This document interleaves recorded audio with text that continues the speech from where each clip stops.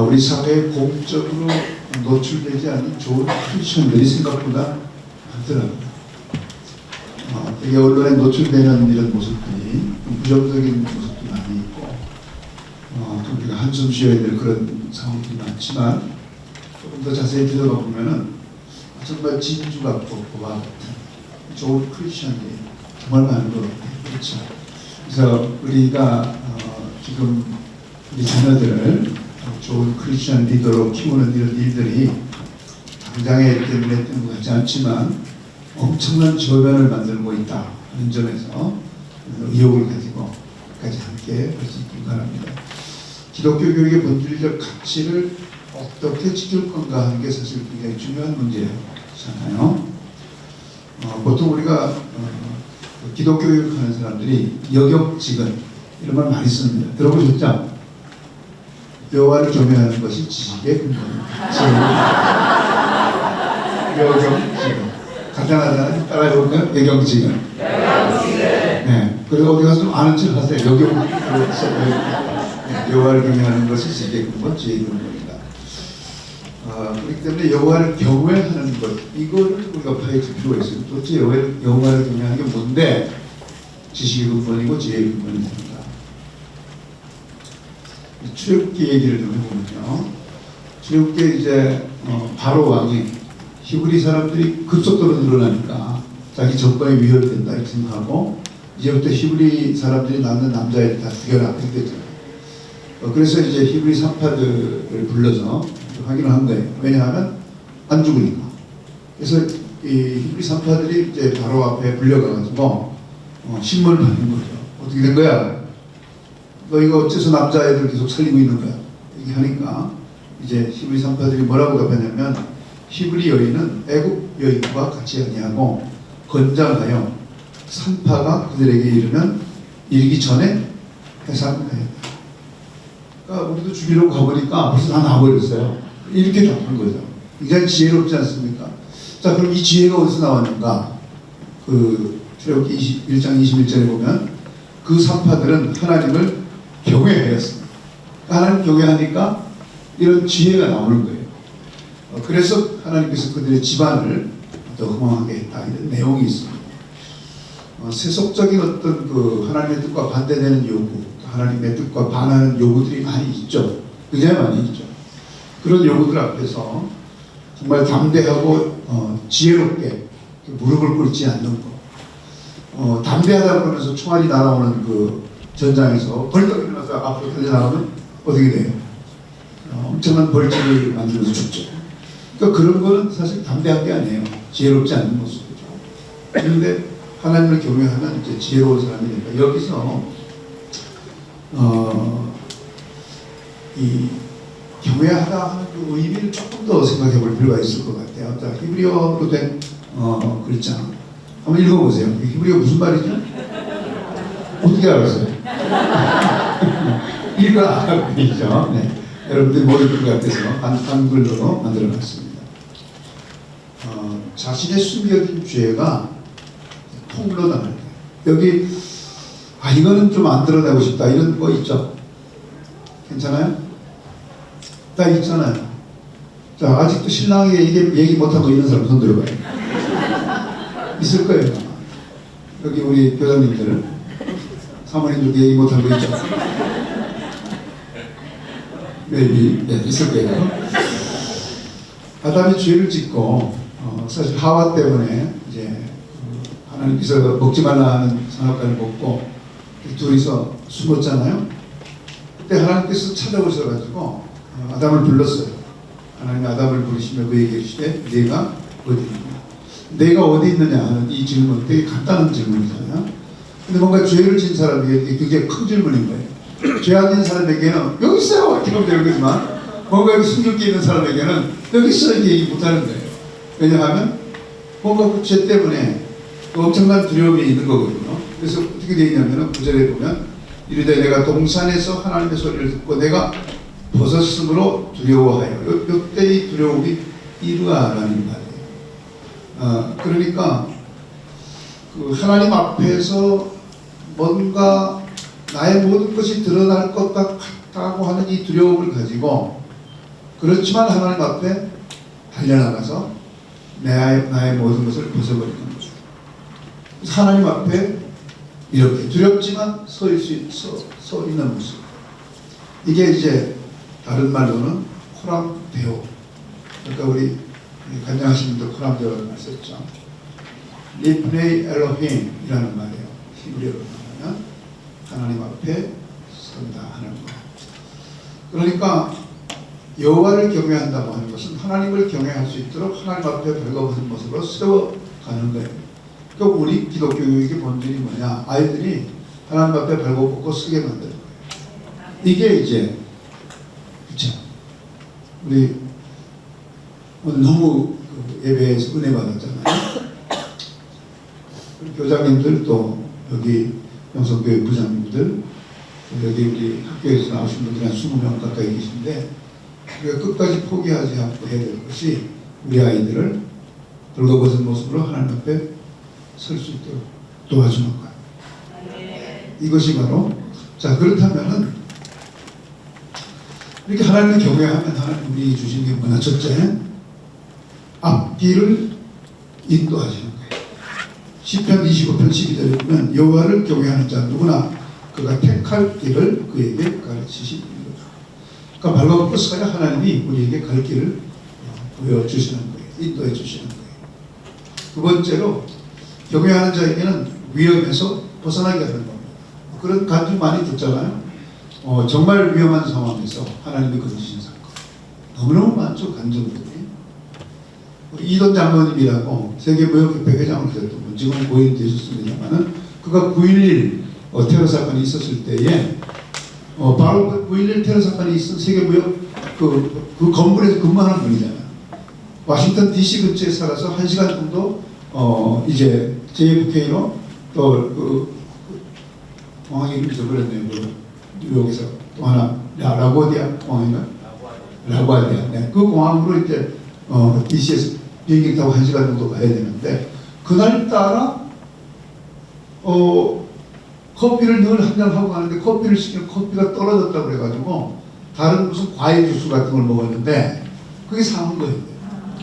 그래가지고 갑자기 그냥 화장실에서 막 부르는 거예요. 내추럴 콜미. 화장실에서 막 이제 부르는 거예요. 그래서 가가지고 몇 번 그냥 내리고 하다가 비행기를 놓쳤답니다. 근데 다음 비행기를 타고 가려고 하는데 뉴스가 나옵니다. 폭발. 그러니까 이러한 저러한 방식으로 하나님께서는 자기를 경외하는 자가 위험에서 벗어날 수 있도록. 그래서 시편 19편 9절에 한번 같이 읽어볼까요? 끝나요? 같이? 읽습니다. 시작. 여호와를 경외하라. 생명의 샘, 사망의 근원에서 벗어나게. 그러니까 우리가 그냥 하나님을 경외하게만 하게 만들면 우리가 지쳐 못할 텐데 이렇게 한 번씩 지칠만 하면 이런 거야. 나를 경외하면 이런 거야. 라고 사인 주시는 거죠. 또 지상에서 장수와 풍성함을 누리게 하시는 하나님. 뭐 죽고 사는 건 하나님 뜻에 달려 있지만 그래도 제가 하나님께 요새 기도하는 게 있어요. 이 나이가 이제 60 중후반이 되니까 모든 그 의학적 이 수치가 다 경계치예요. 가다 가면 이제 어떻게 되는 거지. 그래서 굉장히 조심하는데 이쯤 했으니까 이 시간에는 살게 하시겠지. 그 근거가 뭐냐? 나름 이제 나름 경외했거든요. 지금도 경외. 그렇기 때문에 하나님 우리에게 내 시간에 살게 해주실 것이다. 아멘. 100세까지는 내 욕심 안 냅니다. 그러나 내 시간에 살게 해주실 것이다. 하나님께서 경외하는 자에게 선물로 주시는 것이기 때문에. 그리고 결국에는 하나님께서 우리에게 승리를 주십니다. 잠언서 23장 17절에 보면 내 마음으로 죄인의 형통을 부러워하지 말고 항상 여호와를 경외하라.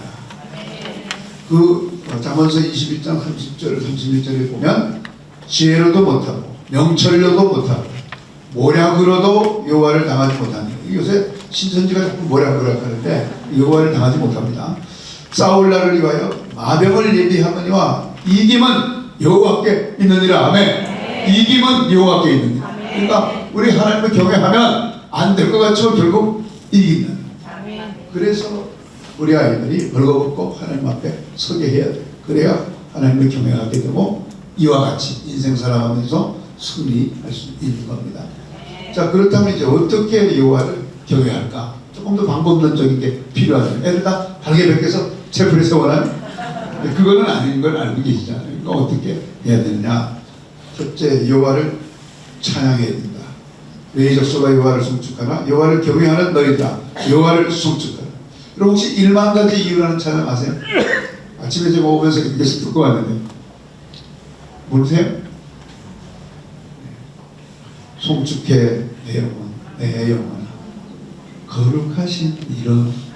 아시죠? 네. 이전에 없었던 노래로 나 주님을 경배해. 주님을 송축할 이유가 1만 가지 있습니다. 송축할 이유가. 여러분, 하나님 찬양하고 예배하고 경배하고 손을 들어 찬양하고 그것도 부족해서 눈물 흘리면서 찬양하고 그것도 부족해서 무릎 꿇어 찬양하고 하는 이런 찬양에 이유가 있어서 찬양을 하게 될 때 그 찬양 하나님이 받으시고 그 찬양이야말로 하나님을 경외하는 표현이라는 거예요. 1만 가지, 10,000가지만 되겠습니까? 더 많은 이유로 우리가 하나님을 찬양할 수 있잖아요. 그럴 수 있다면 그게 바로 하나님을 경외하는 모습이라는 거예요. 두 번째는 하나님 의지하는 겁니다. 여호와를 경외하는 자들은 너희는 하나님을 의지하라. 아까 우리 설교하시는 목사님이 하나님 중심, 하나님 중심, 하나님 중심, 하나님의 절대적 주권, 그걸 인정하는 게 바로 하나님을 의지할 수 있는 근거가 되지 않습니까? 세 번째, 정직하게 행해야 된다. 왜 정직하게 안 되던가요? 뭐 때문에 여러분 거짓말 하시는가요? 나의 이권을 지키기 위해서, 나의 이권을 확보하기 위해서. 그래서 거짓말하는 거예요. 그거 내려놓을 수 있습니다. 그거 내려놓으면 정직할 수 있습니다. 다 자기를 소위 요즘 뭐라 그래요? 쉴드, 가방, 다 그러기 위해서 거짓말하는 거예요.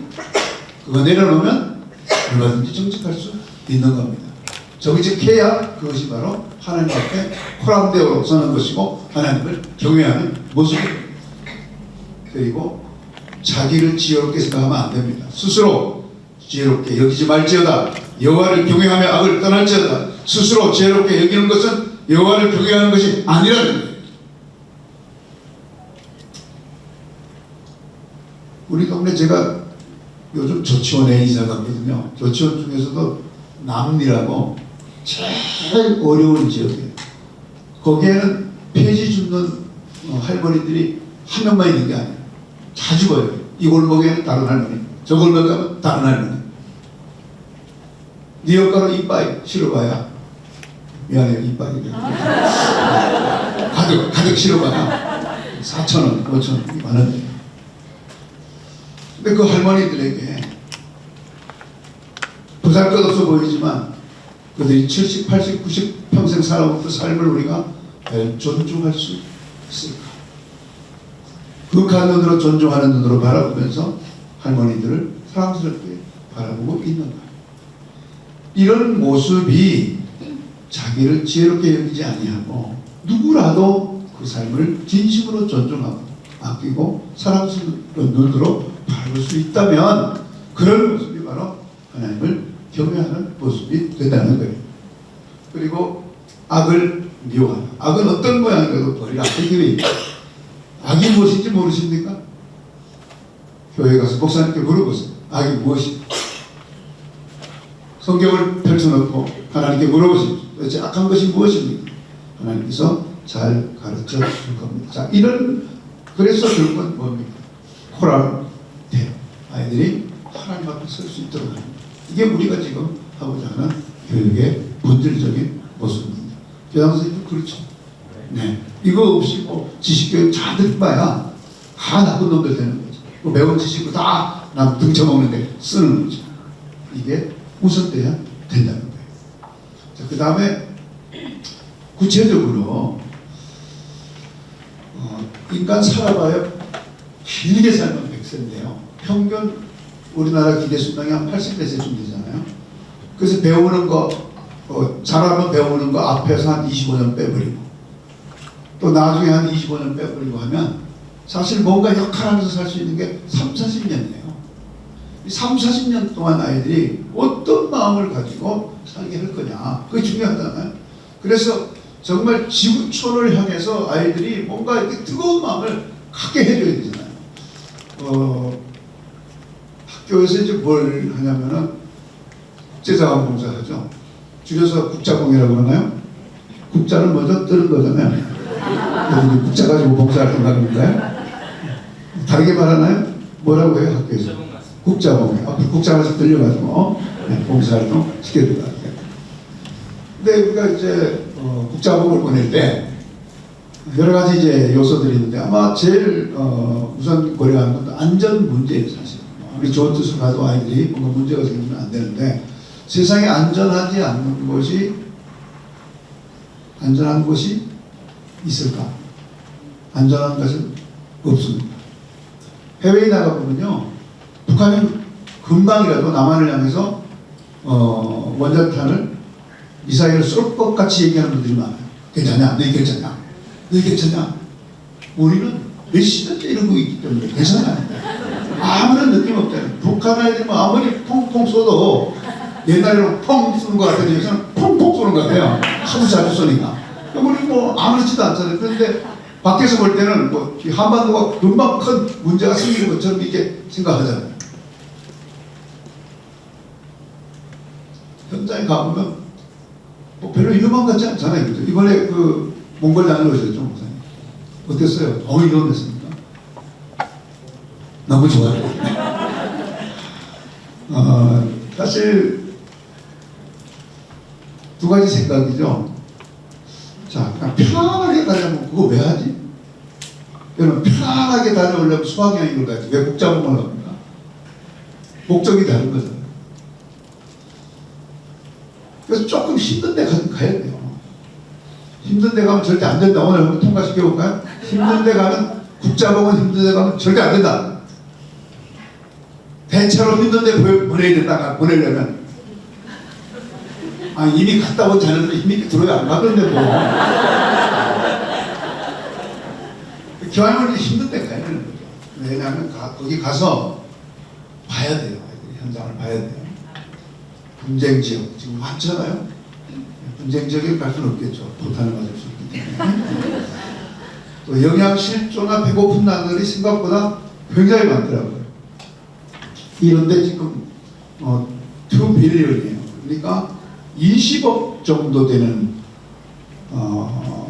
세계 지구촌의 사람들이 지금 이런 상태예요. 더 붉을수록 더 어려운.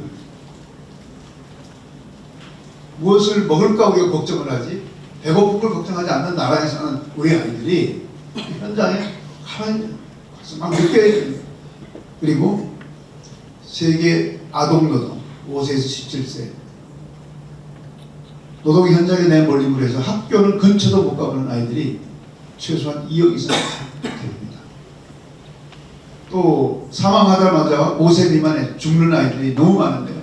1000명당 50명 내지 100명 정도 되는 아프리카, 중동, 서남아시아, 동남아시아, 멕시코, 이란, 중남미 대부분 이런 나라들에서 이렇게 많은 아이들이 나자마자 5살 미만에 죽는 거예요. 그래서 대한민국은 의료 선진국이지 않습니까? 이런 일은 사실 거의 없지 않습니다. 또 뿐만 아니라 기독교 박해지역 복음이 자유롭게 증거되지 못할 뿐만 아니라 복음을 전하면 죽임을 당합니다. 위협을 당합니다. 이런 나라들이 너무너무 많습니다. 2023년보다 2024년에 7배나 증가했어요. 병원이 공격을, 기독교 병원이 공격을 받고 기독교 학교가 공격을 받고 이런 또 기독교에 대한 구타가 되고 위협을 당하고 이런 일들이 점점 더 늘어나고 있습니다.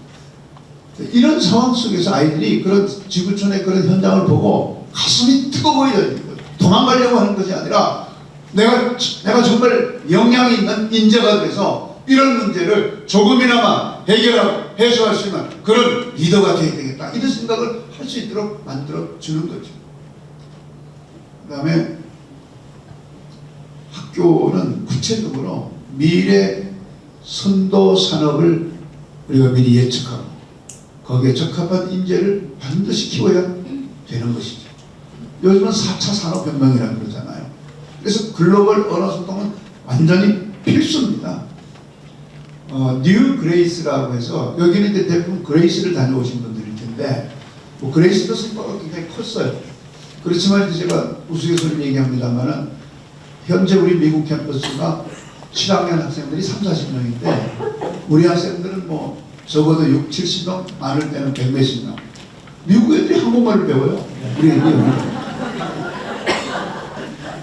그러니까 뭐 한국에 있을 때보다는 훨씬 더 좋은 환경이지만은 좀 아쉽잖아요. 그래서 올해는 좀 전국에 미국에 한 20개 정도 좋은 기독교 학교를 찾아가지고 거기에 소수로 보내는 거예요.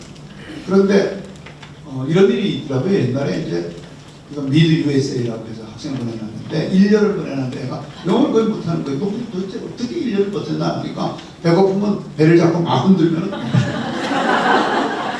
졸리면 이렇게 하고 졸린다 그러면 자기 해줘. 뭐 이러니까 영어 쓸 일이 없더라고. 이런 식으로 얘기했더라고요. 그래서 무조건 뭐 이렇게 민박 보낸다고 해서 영어 들고 그런 건 아니에요. 다 조직적으로 이제 잘 관리를 해줘야 늘어나는 건데 그래서 아이들이 이렇게 준비가 안 된 아이들은 뭐 배만 붙잡고 흔들다가 오잖아요. 1년 내내. 그래서 얘네들은 좀 더 우리가 조직적으로 공부시킬 수 있는 우리 BC 조직적으로 잘 되어 있잖아요. 그렇게 해서 효과를 높이고 배가 고프면은 배를 흔드는 게 아니라 말을 할 수 있는 약간의 그 아이들은 민박을 보내가지고 좀 더 효과적인 결과를 만들어야 되겠다 해서 뉴 그레이스라고 해서 올해부터는 그렇게 이제 진행을 하게 되는데요. 근데 사실 이런 언어적인 소통은 기본적인 것이고 목표는 아닙니다. 우리 사회가 인공지능 또 사물 인터넷, 빅데이터 이런 첨단 정보통신 기술 그런 것들과 또 경제사회 전반 이런 지식들이 융합이 돼가지고 혁신적인 변화를 만들어내는 그런 시대가 되었지 않습니까? 그래서 2016년 1월 다보스에서 처음 산업혁명이라는 4차 산업혁명이라는 그런 이슈가 제시되면서 이제 융합교육이 굉장히 중요한 과제로 떠올랐어요. 아직 대한민국에 융합교육이 자리를 못 잡는 이유는 입시 지향 교육 때문이에요. 융합교육은 입시에 도움이 안 됩니다. 그렇게 굉장히 중요한 교육인데도 외면받고 있는 거예요. 학교 현장에서. 그래서 우리라도 이걸 채택해다 해가지고 2017년에 채택을 해가지고 지금은 정부기관에서 융합교육 관련 부처에서 다 알아요. 우리 학교. 최고 학교라고 여기. 그 결과로 이번에 우리 학생들이 그 미네르바에 2명이나 합격했어요. 더 멋진 거. 합격해놓고도 차별했어요. 너무 시원한 거 있죠. 100대 1이 넘는 학교 딱 합격해놓고 진짜 너무 멋진 것 같아요. 문경 캠퍼스 과장 축하드립니다. 이런 애들 많이 나왔으면 좋겠어요. 하버드 딱 붙여놓고 나 안 가. 멋지지 않습니까? 무조건 애들이 소신이 있다는 거예요. 그러니까 합격은 선전용으로 딱 붙여주고 그 다음에 가는 건 내가 알아서 내가 가고 싶은데 가겠다. 얼마나 멋집니까 진짜. 멋지지 않아요? 바보 같아요? 이런 애들 키워야 돼요 진짜. 아무리 좋아도 난 내가 지금 난 안 가. 엄마 뭐 그거 한번 붙여줘. 나 한번 붙여주고. 멋지잖아요.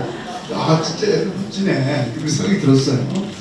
자, 그런데 어쨌든 이 현재 교육계획을 연연하는 스티브들 우리가 조참 열심히 하고 있습니다. 보시면 알겠지만 비판적 사고력, 소통 능력, 창의력, 경험 능력 이런 것들이 이제 스팀 교육의 과제가 되는 것이고, 자 그런데 이제 융합교육과 더불어서 구체적으로 미래 산업을 주도할 분야에 어떻게 이제 인재를 키우는 게 중요하잖아요. 인공지능 AI 관련 기반 교육이 필수적인 이유는 지금 AI 전문 인재 국가별 분포를 보면요, 우리 꼴찌예요. 1등이 미국이고 쭉쭉쭉 가다가 우리는 전문 인재 보유율이 0.5%밖에 안 돼요. 국가 경쟁력이 우리가 1등은 아니지만 6등에서 10등 사이거든요. 분야에. 상당히 우리가 국가 경쟁력이 높은 나라인데 이게 좀 놓친 부분이 있는 거예요. 또 국가별 AI 기업 수만 보더라도 우리가 다소 좀 떨어지는 편입니다. AI 산업은 2027년까지 15배, 2027년 10년 남았나요? 얼마 남았어요? 3년 남은 거예요. 이 3년 남은 이 AI 산업이 앞으로 15배 성장해서 매출만 550억이 이렇게 전망할 정도로 중요한 건데, 왜 이렇게 AI가 중요하냐? 많이 들어서 알고 있지 않습니까? Artificial Intelligence라고 하는 인공지능 분야가 의약품 및 생명과학 분야, 식품산업 분야, 미디어 및 엔터테인먼트 산업 분야, 정보기술 산업 분야, 법률 분야, 보험산업 분야, 교육 분야, 의료관리 분야 등등 산업 전 분야에서 절대적으로 필요한 거예요. 지금 이제 법조인들 여기 계시겠지만 한 건에 판결을 해야 되는 시간이 너무 많이 걸리고 법조인들 적으니까 너무 밀려있는 거예요. 죄 짓고도 한 3, 4년 금방 걸려서 갈 수 있어요. 왜? 판결이 안 나오니까. 근데 이제 간단한 건 AI들이 오히려 빅데이터에서 더 빨리 정확하게 판결할 수 있는 거예요. 이런 거 지금 받아들이고 있죠. 그리고 앞으로 전 분야에서 AI는 정말 다채롭게 활용되기 때문에 반드시 우리가 AI 기본 지식을 가르쳐야 한다는 것이고요. 그 다음에 세 번째가 지금 이제 미래 산업이 어떻게 바뀌는가를 간단하게 말씀드리는 거예요. 두 번째는 바이오 산업 인력이에요. 코로나 이후에 각종 변형 신종 바이러스가 계속 출현하거나 출현할 가능성이 많기 때문에 여기에 대한 대처 능력이 필요하지 않습니까? 그래서 통계를 보니까요, 코로나 이전에 예측했던 바이오 산업에 대한 기대치가 이후에는 엄청나게 더 늘어난 거예요. 그러니까 엄청난 시장이 확대되면서 여기는 인력이 많이 필요로 하겠죠. 그래서 무엇보다도 바이오 의약 산업 분야, 바이오 화학 에너지 산업 분야, 바이오 식품 산업 분야, 바이오 환경 산업 분야, 바이오 의료기기 산업 분야, 바이오 장비 및 기기 산업 분야, 바이오 자원 산업 분야, 바이오 서비스 산업 분야 등등 너무나 붙이면 다 되는 거예요. AI가 그렇듯이 바이오도 마찬가지입니다. 그러니까 앞으로 바이오 인재가 너무너무 많이 필요하다, 그런 얘기 되는 거죠. 그 다음에 우주 항공 산업 분야가 아주 폭발적으로 또 늘어나고 있는데요. 앞으로 더 기대되는 항공 우주 산업의 동향 보면은 글로벌 우주 산업 시장의 규모 및 전망을 보면 2020년에서 2040년까지 보면 빨간 막대기 보면 급상승하는 어마어마하게 항공 우주 산업이 커지는데, 특히 민간 항공기 위주로 보면 아시아에는 15,130대가 앞으로 더 필요하다는 거예요. 현재 한 6,350대 정도 되는데, 그러니까 이 우주 항공 쪽으로도 굉장히 인력을 많이 필요로 한 거예요. 그 다음에 다섯 번째는 에너지 산업.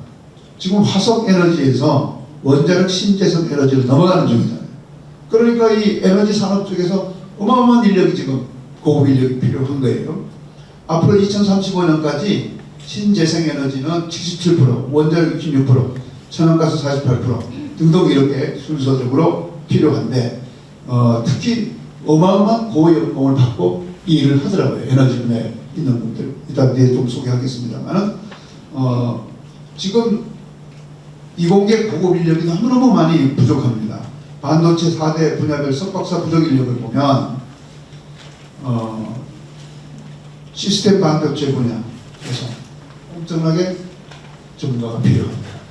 과학기술 분야 인력 수급 전망을 보면은, 앞으로 2028년, 28년까지 약 5만 명 정도 석박사가 더 부족하다, 이렇게 내가 보고 있어요. 자, 그 다음에 산업 리더십도 지금 체인지하고 있습니다. 첨대 기업 이공계 출신 CEO 비율이 이제 절반을 넘어섰어요. 스카이 출신 CEO 비율이 4분의 1대로 떨어졌어요. 뭔가 좀 엄청 변화가 있는 거예요, 리더십에도. 미국 포천지에 선정한 500개 기업의 CEO의 아이비리그 출신 비율이 급감하고 있습니다. 1,000대 포천이 선정한 세계 1,000대 기업의 새로운 CEO가 된 인물 99명 중 아이비리그 출신 단 8명. 그러니까 이제 학벌 위주, 명문대 위주 이런 게 지금 더 사라지고 있는 중입니다. 어떤 인재가 필요하냐? 최고대학 뽑고도 쳐버리는 이런 인재가 필요한 거예요.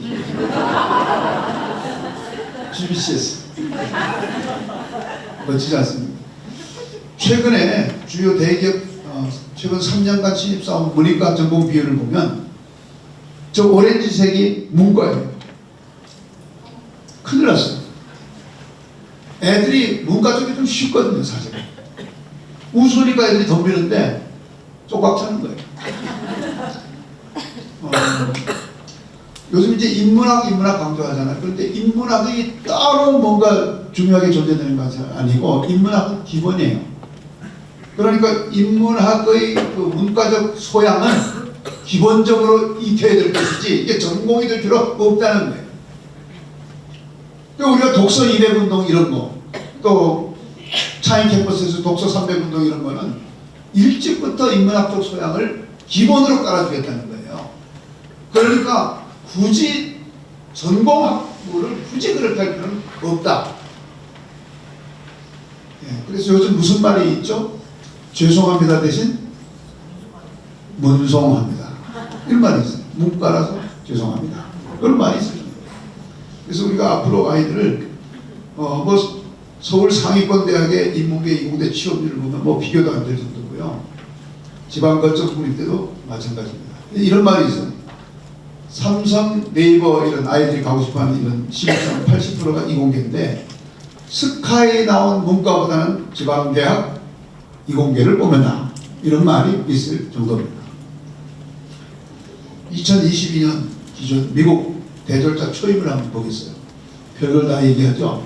이래 여러분이 좀 자극적이기도 해서 문과계열 인기 3위 10개 학사전공 졸업생 평균 연간 봉급이 얼마냐? 4만 달러. 우리나라 돈으로 5,280만 원. 우리나라 기준으로는 그런데 괜찮지만 하여튼 미국에서는 그렇습니다. 또 경영, 회계, 심리학, 언론, 커뮤니케이션 계열 전공 졸업생은 연간 5만 달러. 조금 나아요. 그런데 스템, 미국에서는 이제 아트를 빼고 스템은 오래전부터 강조됐죠. 이공계를 이제 강조하는 날인데 과학기술, 공학, 수학 등 이런 이과계열 전공 졸업생은 연간 평균 8만 달러예요. 거의 2배. 자, 그 다음에 이거 미국 얘기입니다. 왜 미국 얘기를 하냐면 이 학생들이 어쨌든 세계에 나가서 공부를 하고 있으니까 대표적인 날 얘기하는 건데 오퍼레이션 리서치라는 그런 전공이 있는데 우리나라에 없다 그래요. 평균 대학교 졸업하다 말다 받는 평균 연봉이 11만 2,097원. 1억 6천만 원 연봉이에요. 해양공학 전공자, 컴퓨터과학 전공자, 해양운송 전공자, 컴퓨터과학 이쪽이 모두 이공과학 기술 계열이 다 10만 불이 넘는 거예요.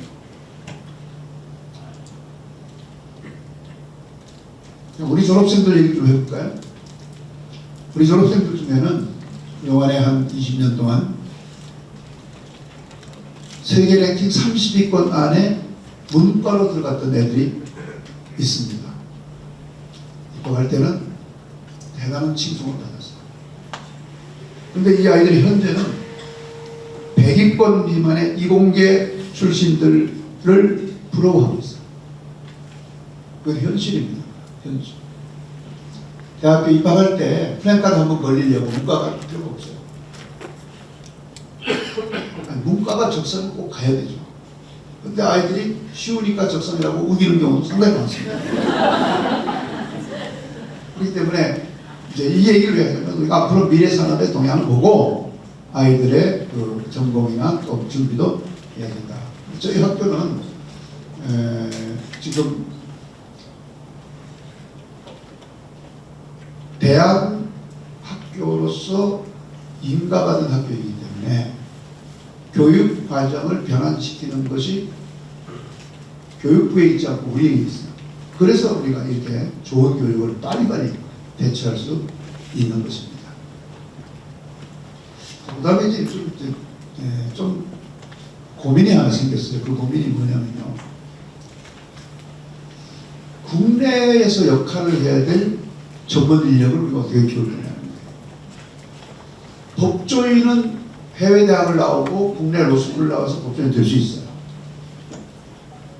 정치가도 마찬가지죠. 요즘 정치인들 보니까 해외 출신들이 많더라고요. 문제 없고. 의료인은 다소 제한적입니다. 의료인은 해외에서 의사가 돼서 들어오면 우리나라에서 다시 의사고시를 봐야 되고, 또 의사고시를 보고 하는 것이 그렇게 간단치가 않아요. 쉽지 않아요. 우리 그 동문 아이들 중에 해외 의대를 졸업하고 한국 국가고시를 봐가지고 한국 의사가 된 아이들이 2명 있어요.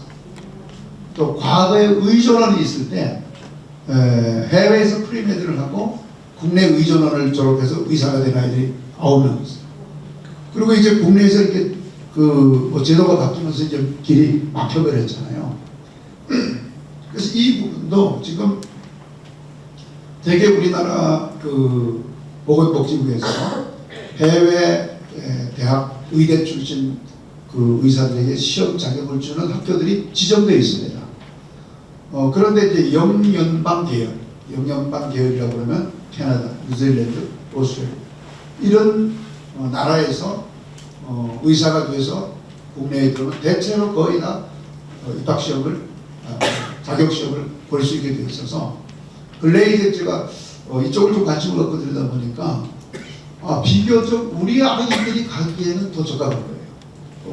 우리 아이들이 이 교육을 받고 의사가 되고 싶으면 영연방 계열의 국가에서 하는 의과대학을 가는 게 미국보다 훨씬 쉽고, 또 사실 이제 유럽의 동유럽 쪽에 몇 개 의과대학에 국내에서도 전문적으로 보내는 데가 있습니다만은 사실 엄밀히 따지면 의료 실력이 상당히 떨어집니다. 그래서 이제 어떻게 보면 이제 이런 다양한 방식으로, 그래서 이런 친구들이 이제 국내에 들어와서 의사고시를 봐서 의사가 되게 하는 이런 일련의 과정들도 좀 더 면밀하게 검토를 해야 되겠다 이런 생각을 하고 있고요. 군인들은 해외 대학을 졸업해서 학사 장교를 갈 수 있는데, 직업군인, 그러니까 군인으로서 한번 승부를 봐야겠다 싶을 때는, 여러분 잘 알다시피 이 군대는 출신별 그게 많습니다. 뭐 역차별, 차별 이런 게 많거든요. 그래서 가능하면 이제 사관학교를 나와서 군인이 돼야 뭔가 자기 뜻을 펼치는데 이제 용이하게 되는데, 최근에 보니까 일부 사관학교들이 우리 학교에서 사관학교 자체로 보는 시험만 패스하게 해주면 나머지 부분은 다 유리한 거예요. 우리 애들은 뭐 군대 가면 껌이라고 부르잖아요. 지금도. 그래서 사관학교를 제가 이제 저도 뭐 군에 좀 있었긴 했습니다만 왜 이렇게 생각하냐면, 보통 사관학교 이렇게 생각해요. 사관학교는 군인 된다 이렇게 생각하는데, 사관학교 딱 입학을 하면 사관학교 내에서도 계열이 있고 말하자면 전공이 있습니다. 그리고 꽤 많은 사람들을 위탁교육을 시켜요. 의과대학에, 법과대학에, 해외대학에 다 위탁교육을 시킵니다. 그리고 그 친구들이 자기 비용을 한 푼도 들이지 않고 국가가 주는 비용으로 전 세계 명문대학에 위탁교육을 받고 들어가요. 계급은 계속 유지하고 있습니다. 그리고 국가가 요구하는 일정 수준의 그 공부를 해주면은 자유롭게 자기 전공을 찾아서 뭔가 할 수가 있습니다. 그럼 한번 자세히 보십시오. 사관학교 출신 법관들도 많습니다. 사관학교 출신 의사들도 많습니다. 그러니까 전문 분야에 있는 분들이 꽤 많아요. 근데 그 전부 공부할 때 국가의 도움을 받는 거예요. 그래서 국가가 요구하는 일정 수준 서비스를 해주고 자기 길을 가는 거거든요. 그래서 우리 학교에는 그렇게 부모가 꼭 비용을 많이 지원할 수 있는 부모들만 계시는 게 아니에요. 그래서 이런 부분에서 뭔가 도움을 줄 수 있는 고민을 지금 하고 있다 하는 그런 말씀을 드리고 있습니다. 자, 어쨌든 이렇게 해서 이런 학생들을 어떻게 미래의 꿈을 심어주고 또 도움을 하는 것을 고민해서 2025년도에는 제시를 이제 할 생각입니다. 자, 성경적 가치관 교육.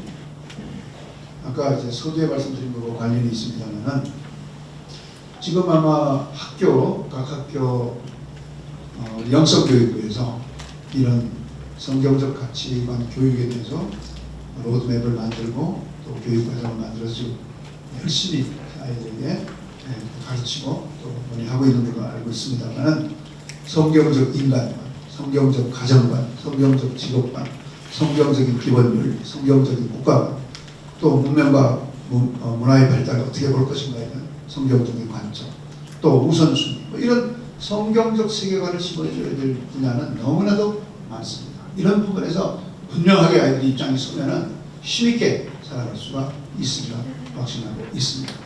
자, 그리고 이제 우리가 이제 함께 세워가야 되는 공동체인데요. 우리 학교는 이제 학교 법인이 세운 학교는 아니에요.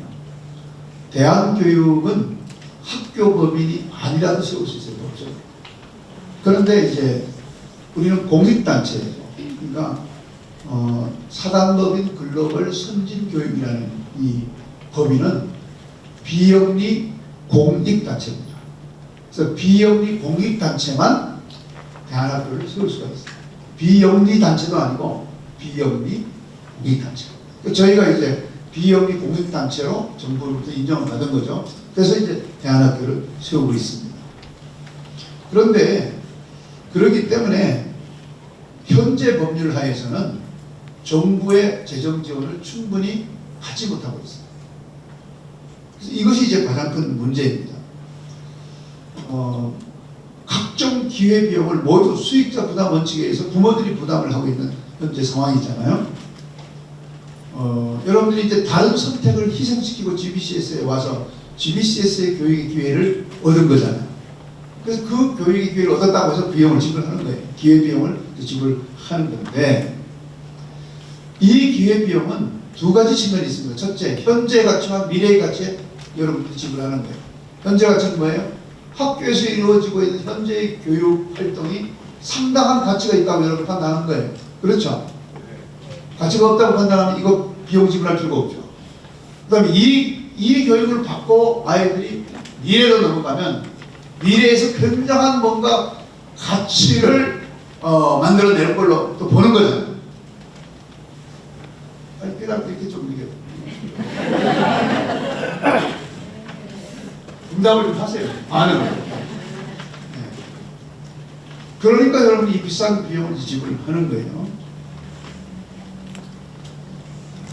GBCS를 선택한 것은 또 다른 기회를 얻고 있기 때문에 이 기회에 대한 비용을 지불하고 있는 것입니다.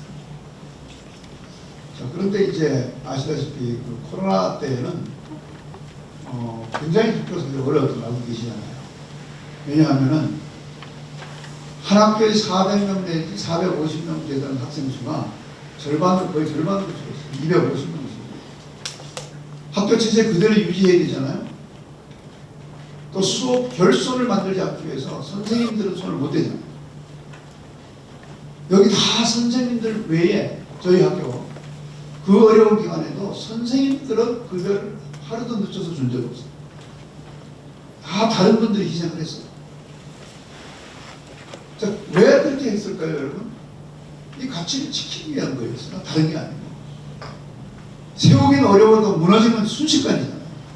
예를 들면 말이죠. 학교 가다 너무 어려우니까 음성이라도 문을 닫을까? 둘째 하나만 살릴까?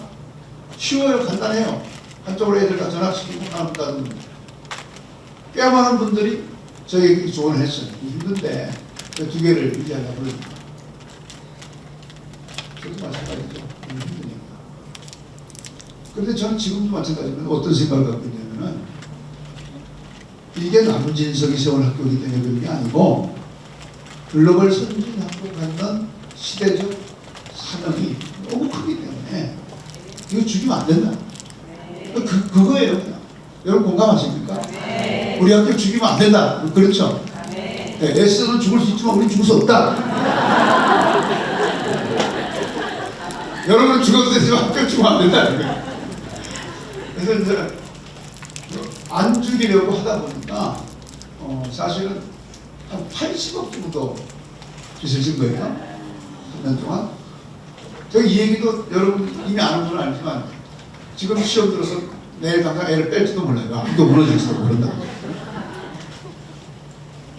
왜 이걸 살리려고 했겠습니까? 왜 이 가치를 끝까지 지키려고 했겠습니까? 자, 그러면 여러분 이 빚이 국가가 갚아줍니까? 안 갚아줘요. 학교에 애들 많이 뽑아가지고 교비에서 이 빚을 갚을 수 있나요? 못 갚아요. 우리나라 교비회계법은 학교로 재정이 넘어가면 돌아오지 못하게 돼 있어요.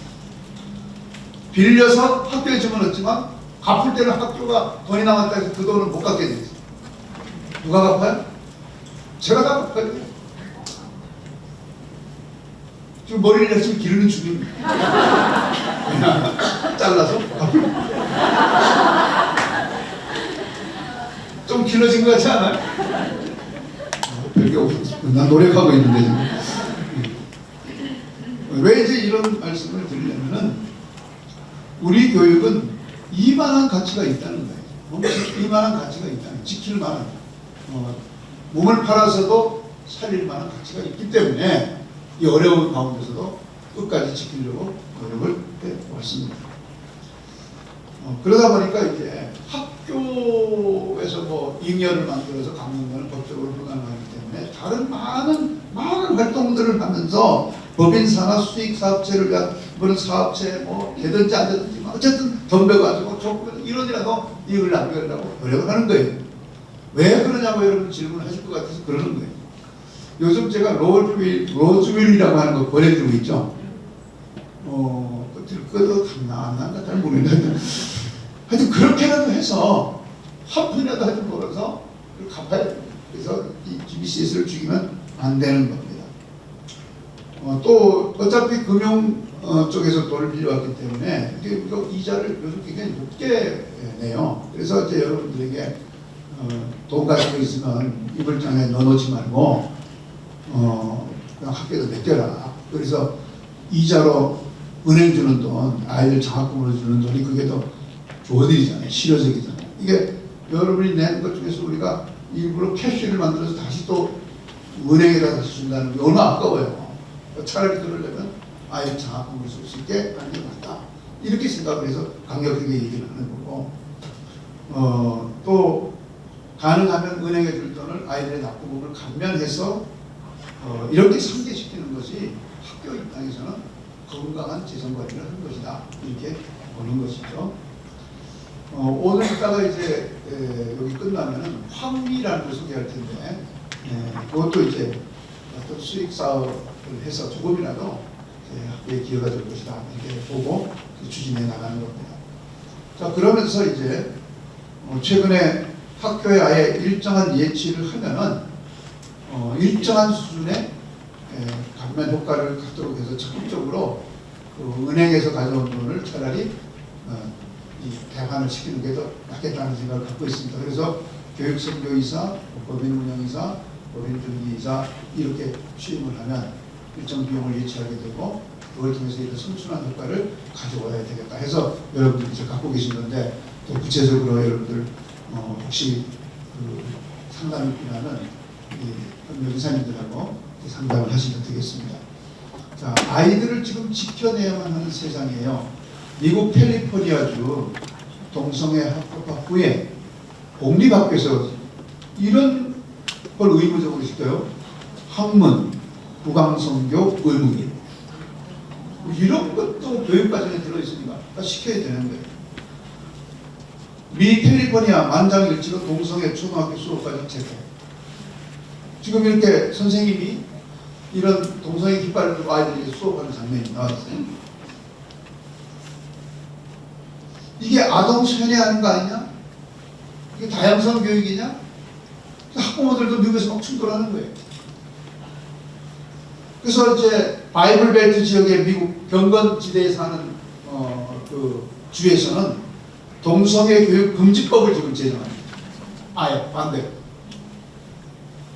미국 텍사스에서 대표적으로 학교 내 동성애 교육 토론 금지 법안을 추진하고 있는데 2021년, 2022년에 타주에서 텍사스로 이주한 인구가 670만, 어마어마한 인구가 왔어요. 왜 다 텍사스로 몰려들죠? 텍사스 별로 살기 안 좋잖아요. 덥고, 그죠? 박미준 교장님 텍사스 출신이라서 당신의 고향은 살기 좋다. 상당히 그 온도가 높고 그래서 그 텍사스로 이렇게 몰려들어요. 이것은 여러 가지 이유가 있지만 사실은 자녀 교육 문제 때문에 다른 주에서는 다 이런 식으로 막 동성애 교육을 시키니까 안 되겠다. 그래서 이렇게 어마어마하게 텍사스로 몰려오는 거예요. 근데 우리나라는 어떠냐? 우리나라도 사실 마찬가지예요. 이미 CTS 뉴스에 나왔던 거니까 공신력이 있는 거죠. 동성애 옹호 교과서, 인식 왜곡 등 문제 신방. 생활과 윤리라는 과목에서 똑같이 시키는 거예요. 우리나라도 어쩌면 전쟁이 시작됐어요. 아까 우리 고 목사님 얘기한 대로 청소년 인권 조례에서 이런 걸 권장하는 거거든요. 그래서 이것이 지금 시도에 조금씩 폐지하는 움직임이 있어서 너무 다행스럽고, 서울시가 다행히 서울시가 뭐 하나의 그 스탠다드라고 봐야 되는데, 이제 뭐 교육감은 다시 이제 제정하겠다는 식으로 이렇게 나오는데, 좀 기도가 많이 필요합니다. 동성애 에이즈 감염 경로가 사실임에도 불구하고 그걸 삭제하고, 98% 이상이 성관계로, 특별히 동성 관련해서 관계로 감염되는 것이 분명한데도 이러한 모습입니다. 또 교과서를 실제로 한번 들여다보면은 성의 의미 해가지고 섹스는 생물학적 성별 부분에 따라 남자인지 여자인지 구분되는 것이고, 젠더는 남성다움, 여성다움, 그래서 그 사회가 남성다움과 여성다움을 정의하는 것이다. 그러니까 생물학적으로 남성이라서 남성이 아니고, 생물학적으로 여성이라서 여성이 아니고, 사회적인 어떤 합의에 따라서 여성과 남성다움을 결정할 수 있다. 이게 지금 요지잖아요. 저는 오늘 저녁에, 오늘 이 시간 여러분과 함께 남성으로 나타나겠지만 내일은 여성이사장으로서 여러분을 만날 수도 있는 거죠. 뭐 이런 거예요. 이거 어떻게 해야 되겠는가? 이거 어떻게 하면 좋은가? 그래서 GBCS가 망하면 그나마 우리가 지켜내야 돼요. 그래서 아마 교내에서는 주기적으로 이런 성적인 가치관 교육을 계속해서 시키고 있다는 말씀드리고, 그 다음에 어떻게든지 우리 글로벌 선진학교의 그 진입 문턱을 낮추어서 더 많은 학생들이 더 쉽게 올 수 있게 해야 되는데, 이것은 지금 결국 이제 정부가 재정 지원을 하는가 깊은 관련이 있잖아요. 최근에 우리와 같은 인가받은 대안학교들 중에서 지방자치 교육기관인 시도교육청에 의해서 재정 지원이 되는 일이 지금 생기고 있어요. 그래서 머지않아서 이게 이제 중앙정부에서 조금만 더 틀어주면은, 또 입법부에서 조금만 틀어주면 될 것 같은데, 다행히 우리 학교를 좋아하고 또 저를 좋아하는 분들이 양당에 다 구르고 있어요.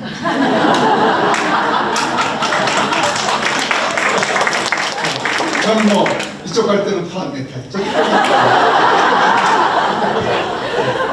이렇게 저는 뭐 다 그렇습니다. 성경적 가치가 없는 지키면 돼.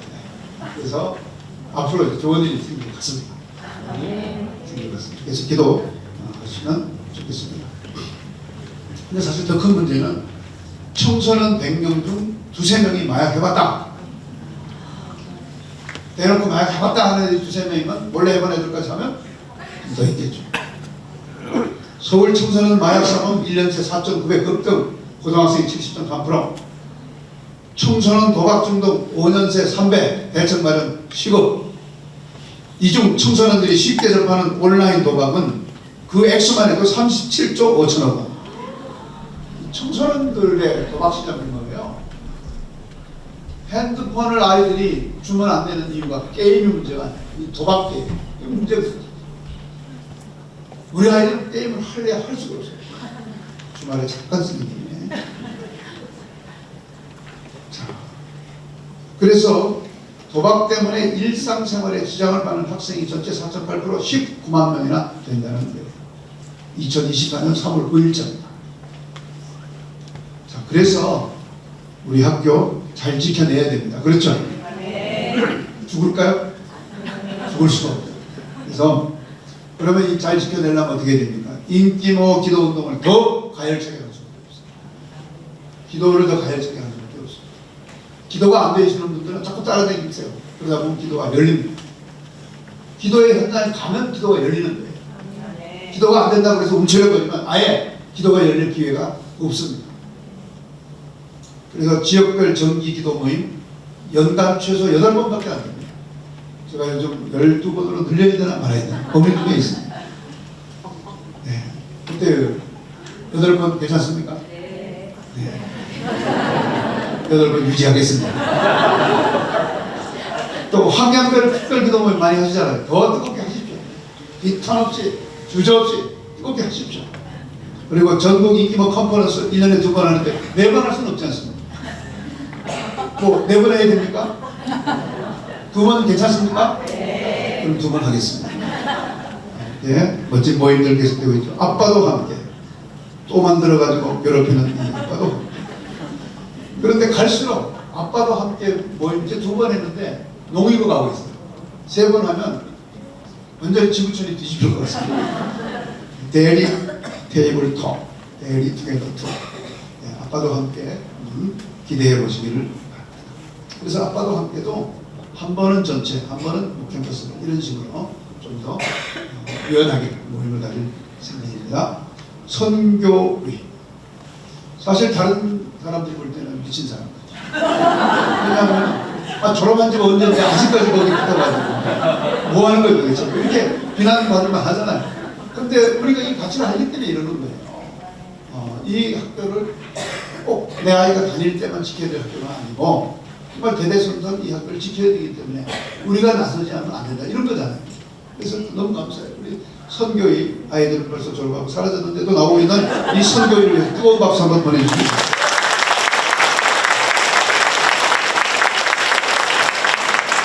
자, 그래서 학교를 살리려면 뭔가 의욕이 생겨야 되잖아요. 그래서 장학제도를 확대 운영하는 것을 방안을 내고 2025년부터 적용을 하게 되겠는데요.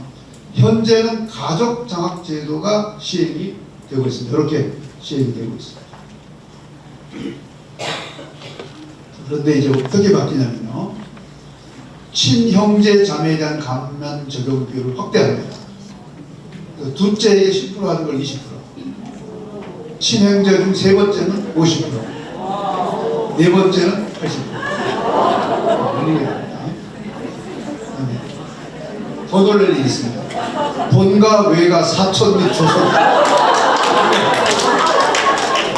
그래서 재학생의 친, 고종, 이종 사촌이 입학 시 10%.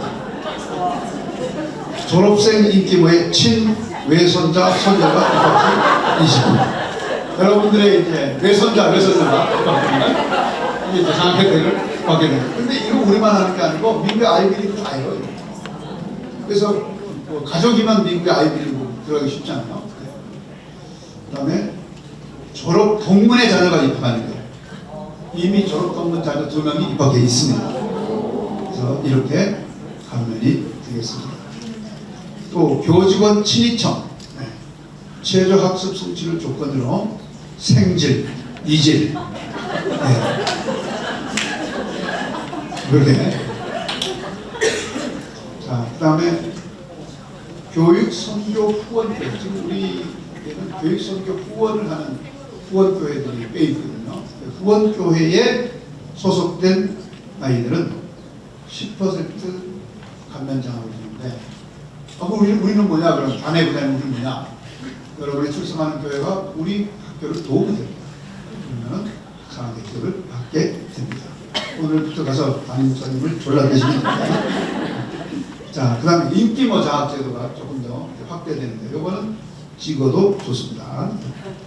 4년 이상 헌신한 임원, 지역장, 부지역장, 총무, 차장.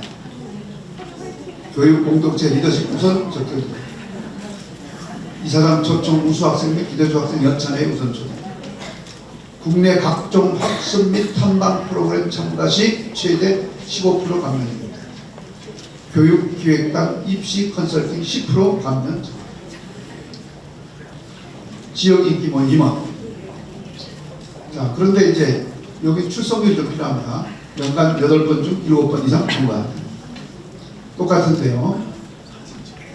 교육기획단 입시 컨설팅 5% 감면. 자, 그 다음에 개근 회원. 개근입니다.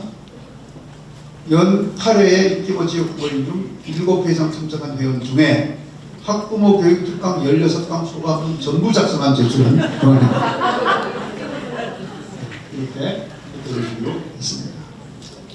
자, 이제 이게 중요한 건데요. 신입생 다 추천자 장학제도. 사실 신입생을 많이 추천했다는 건 학교를 살린 거잖아요.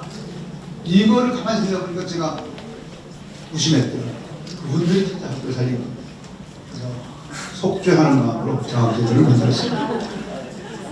누적 3, 4명 입학 추천하여 학생이 입학했을 경우 보고 계시죠? 누적 4, 5명 입학 추천하여 학생이 입학했을 경우 뭔가 다단계 냄새가 좀 나죠? 누적 6, 7명 입학 추천하여 학생이 입학했을 경우 누적 8명 이상 입학 추천하여 학생이 입학했을 경우 교육기획단 입시 컨설팅 부담되시죠? 좋은 방법이 있습니다. 네, 이런 방법이 있습니다. 어쨌든 이렇게 해서 조금이나마 그러면 이제 나는 임원인데 어떡하냐? 임원하고 이 두 가지를 다 했을 경우 5% 가산점. 그래서 열심히 하시는 여러분 나름의 동기부여가 됐으면 하는 마음에서 이렇게 한 것입니다. 학교를 살려야 되겠습니다.